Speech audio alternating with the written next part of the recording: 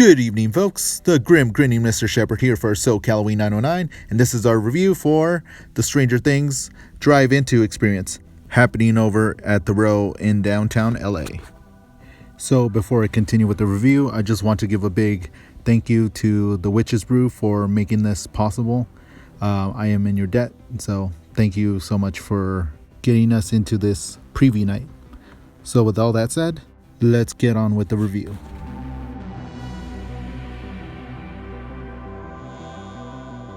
So, first things first, when you purchase your ticket, you will receive an email, and on that email you will have a code. That code will be used to access the Hawkins portal, which is essentially a social media account, but like in the 80s. The idea here is, I believe, that it's essentially this account serves as the equivalent to a small town news outlet or a newspaper, like in the show. So you just got to believe that this social media account is actually the town newspaper and mail and blah blah blah. Anyways, the purpose of this profile is to better immerse you into the experience. And you have an inbox, and there's several messages pertaining to events that occur in season 3 of the show, and also messages that pertain to what you're about to do. So one of the messages amongst the several that you get is an invite to the Hawkins High School reunion, and that is the first scene that you enter at this drive-into experience. The other message is one from Murray Bauman. If you recall, he was the investigative journalist / conspiracy theorist. Here's a picture of him right now, that guy. So essentially his message is, you're going to the high school reunion, and you're going to serve as his eyes and ears for any suspicious characters, in this case the Russians. Spoiler alert if you haven't watched season 3. So that's basically his message. The other message in the inbox, which I think was very clever, is there's a leakage at the Hawkins laboratory. So that means everyone in town has to wear masks. And since you're in the town and immersed in the story, you got to wear a mask as well. So when you arrive there, you will be split up into different lanes. Doesn't really matter. It's just to kind of spread out the cars.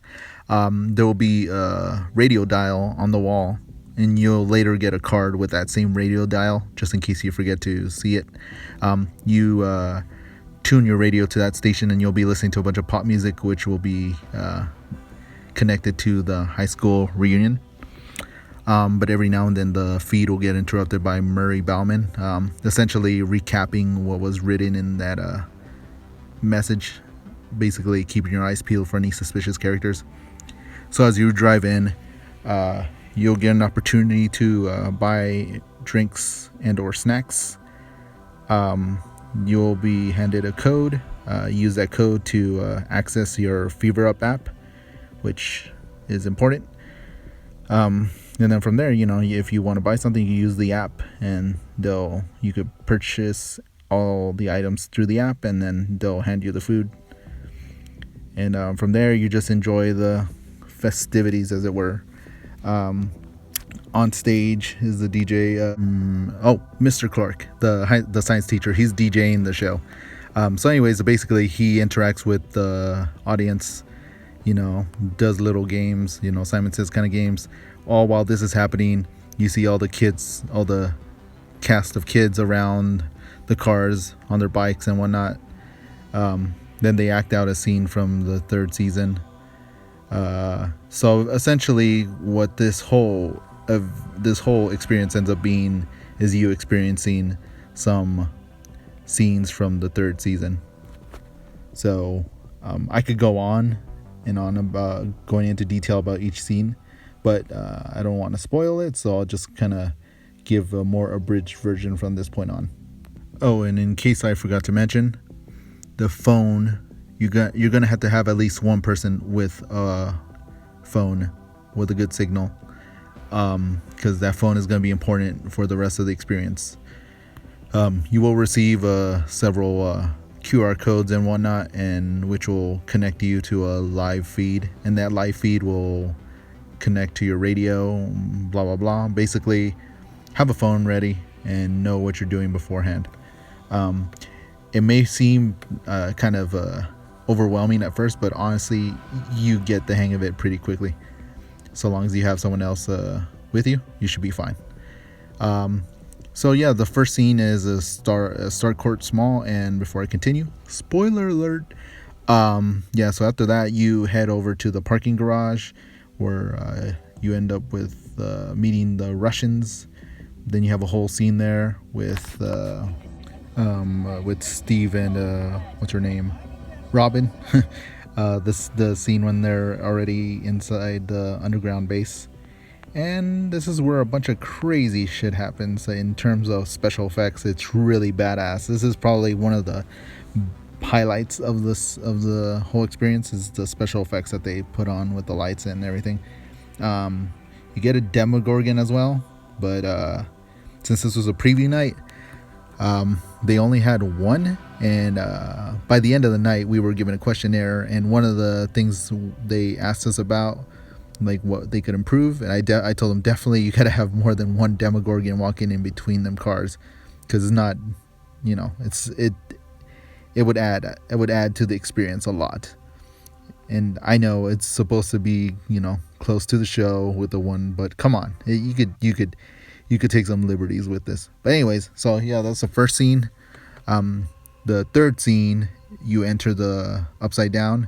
And I'm telling you, between the last scene and the upside down scene, it's just a feast for the eyes, dude. It's so freaking cool. The only downside is once you enter the upside down, as cool as it is to enter, once you park your car and you're in there and you quote unquote face off with the Mind Flayer, kind of disappointing. Just a lot of clips from the show playing on multiple screens with a bunch of scenery around you to make it look creepy and like the upside down, but really you're just there looking at multiple screens. It lasts probably a few minutes too long in my opinion. But yeah, that was kind of a low point. And then finally you head to the fourth and final scene, which is the big climactic finish from the third season, except it takes place in the warehouse where all the rats were, so it's a little weird, but anyways, go with it. And this set is massive. I mean, it's stupid massive. It's like 3 walls of nothing but like a facade of a factory wall, along with a bunch of screens, and it looks insane. At this point, the experience gets pretty abstract because you're inside the mind of the character of Billy and 11, so it gets a little weird, but not too weird that you can't understand what's going on. But yeah, the finale is essentially a whole stage show, for lack of a better word. And after that, conclusion with the only thing that could conclude this experience, which is, you guessed it,